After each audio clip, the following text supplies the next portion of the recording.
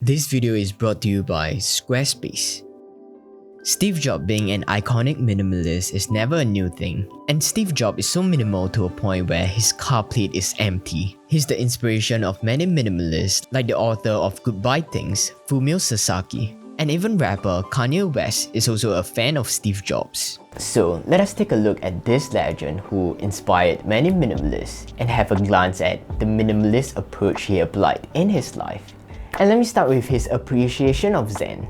Some of you might know that Steve had a certain appreciation of Zen philosophy. Way before he built Apple, he has been a spiritual seeker. He traveled to India and was attracted by Hindu asceticism. At that period, he wanted a simpler and more laid-back lifestyle, and slowly in his life he was also exposed to Zen. There are similarities between minimalism and Zen art in terms of reduction of the non-essential. Activities like Zen garden or Ikebana flower arrangement. Both art forms require great observation of the work and remove elements that are deemed unnecessary. And that's the philosophy and aesthetic that drew Steve Jobs' attention. His spiritual search in the earlier days and his appreciation of Zen also influenced him to apply minimalism into his life, work ethics, and his creation in Apple. And all of that is done by removing distractions and noise.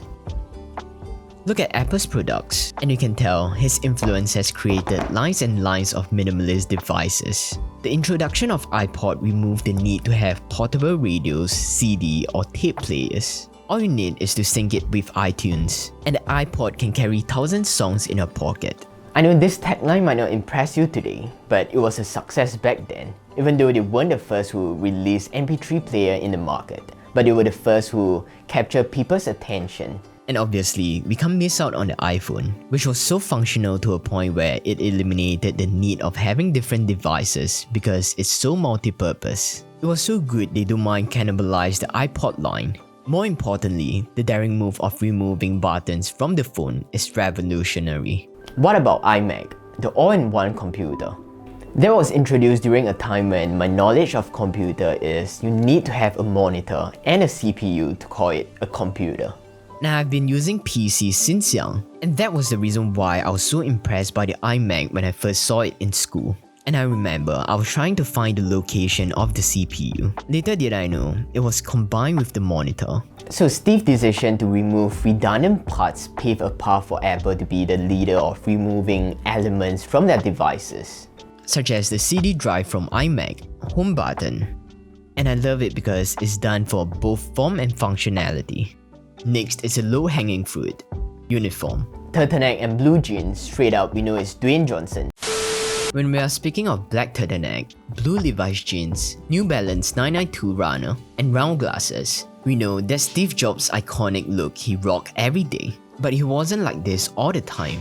Like many CEOs, he had been wearing suits previously, until he was inspired by Sony, who presented their employees with uniform made by Issey Miyake. But we need to know that it wasn't minimalism that pushed them to issue uniform. Instead, it's something else.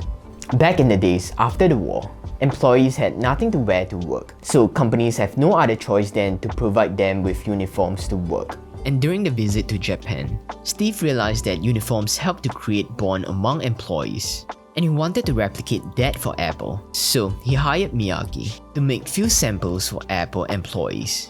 Sadly, no one in Apple actually appreciates this idea, and he was even booed off stage when he was presenting this. In fact, only until 2001 when the first Apple store was opened, then the Apple uniform was introduced. So, instead of wasting this opportunity with Issey Miyake, they worked together and created a wardrobe of uniform full of black turtlenecks. He got hundreds of them, which can last him forever, and he had been wearing that ever since. And that's the history of his uniform. And this look has been replicated several times. Whether it's on Elizabeth Holmes or a role model of normcore fashion, this look has become a classic. Of course, we know the purpose of him having a uniform. He has something comfortable to wear every day, to put all his energy and attention on Apple, instead of having the need to think about what to wear every single day. We might not have many visual examples of Steve Jobs' house, but based on the biography of Steve Jobs by Walter Isaacson, he lived in an aesthetic home. where it's never completely furnished. And this word, unfurnished, is the way Walter described Jobs' home, and it appeared quite a few times in the book. Apparently, he really had a thing for lack of furniture. And him being someone who is obsessed with details and a perfectionist, that led him and his wife into a long debate on furniture selection, and he even questioned the purpose of having a sofa. I don't think Steve's rejection of furniture is an act of anti-materialism. In fact, he's in love with beautifully designed products. From brands such as Braun Appliances, Porsche and Mercedes cars, B&O Audio, and the list goes on and on. Not to mention, he's responsible for the highest selling phone in the world. So my guess of him not having much furniture is similar to having a uniform. The choice of not caring about his house furniture and leave it unfurnished is the best way for a perfectionist. Even though I'm not a perfectionist, I kinda know how it goes. Taking too much time planning and researching about certain products. Whether is it the right size? Is it long lasting? Does the material or color fit in? All of those considerations seem to occupy our mind when we want to buy something that is perfect. Not saying that it's not needed, but for someone like Steve, they might think that this energy should be channeled into creating something that can serve people instead. For me, I love furniture way too much to ignore my comfortability. There's no way I'll go extreme with my interior. A quick message from our sponsor for today, Squarespace. Like the iMac, Squarespace is an all-in-one platform for you to build a website of your choice. They provide award-winning templates, domains, email marketing, managing inventory. They have tools to help you with things that you shouldn't be worried about, so you can stay focused on your craft, ideas, or products. All you need to do is refine it and get it live on the internet. If that's something you're looking for, go to squarespace.com/ckspace to get your free trial running. And when it's ready to launch, use the code CKSpace to get your 10% off your first purchase. And now, let us carry on. Jobs' key to productivity is all about saying no. When you think about focusing, right? You think, well, focusing is saying yes, no. Focusing is about saying no. Truth be told, there was a time when Steve was removed from Apple. That's ironic being a minimalist, but that didn't help the company, so he was rehired again. Once he was back, he made the decision of remove 70% of the product selection.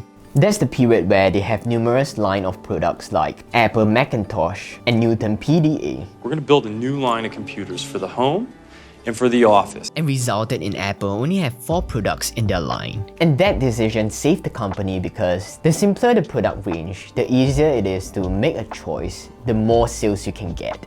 And this aligns with Barry Schwartz's paradox of choice.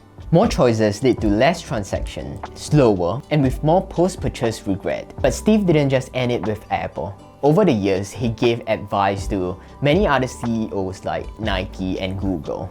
He mentioned that both companies are doing way too much instead of focusing and excel in those few products they have. I'm not sure if minimalism approach works well with every company, but I'm sure no one can execute minimalism in business as well as Steve Jobs. And I doubt anyone can top it because it's indeed a risky and daring move. Not even Apple today. They are not as minimal with their product range as compared to Steve Jobs' era. I mean, there are 4 types of iPhone 12 to choose from. Having choices is not a bad thing. You can fit that to different people with different needs. But I have to say, I'm not sure if this minimalism approach will work in today's context. Steve Jobs' work-life balance. If you take a look at a day in the life of Steve Jobs, you can see he lives a pretty well-balanced work life. Having all the redundant decision-making mentioned above removed, he would wake up at 6 AM, start preparing for work from 6:30 to 7:30, then have breakfast with family until 9, before leaving home to his office, where he will attend meeting till noon. Then he will have lunch before he visit the design lab at 1:30, work on emails, phone calls and meeting at 3. 5:30 is family dinner time. An hour later, he will have a stroll with his wife. The next activity is 10 PM, which is self-care time for him to listen to music, meditate and reconnect to his inner self. But I think there's a missing time frame. I doubt he'll walk 3.5 hours. Regardless, I still think it's a well-balanced lifestyle, despite him being the head of a billion-dollar company. And I truly believe that minimalism and the removal of unnecessary aspects of his life make it possible to have a well-balanced lifestyle for someone with such a huge responsibility. And that's how Steve Jobs applied minimalism in his life, work, and his creation. And all of those information can be found in his biography by Walter Isaacson. I read that book 6 years ago and that got me interested in his life and the history of Apple and their products. I'll say I'm a fan of Apple without having everything from Apple, so you might want to give this book a read. I might miss out some points, so feel free to comment it down at the comment section. And let me be pretentious with the ending and end it with this side look. Thanks for watching this, and I shall see you guys again on the next one. Bye bye.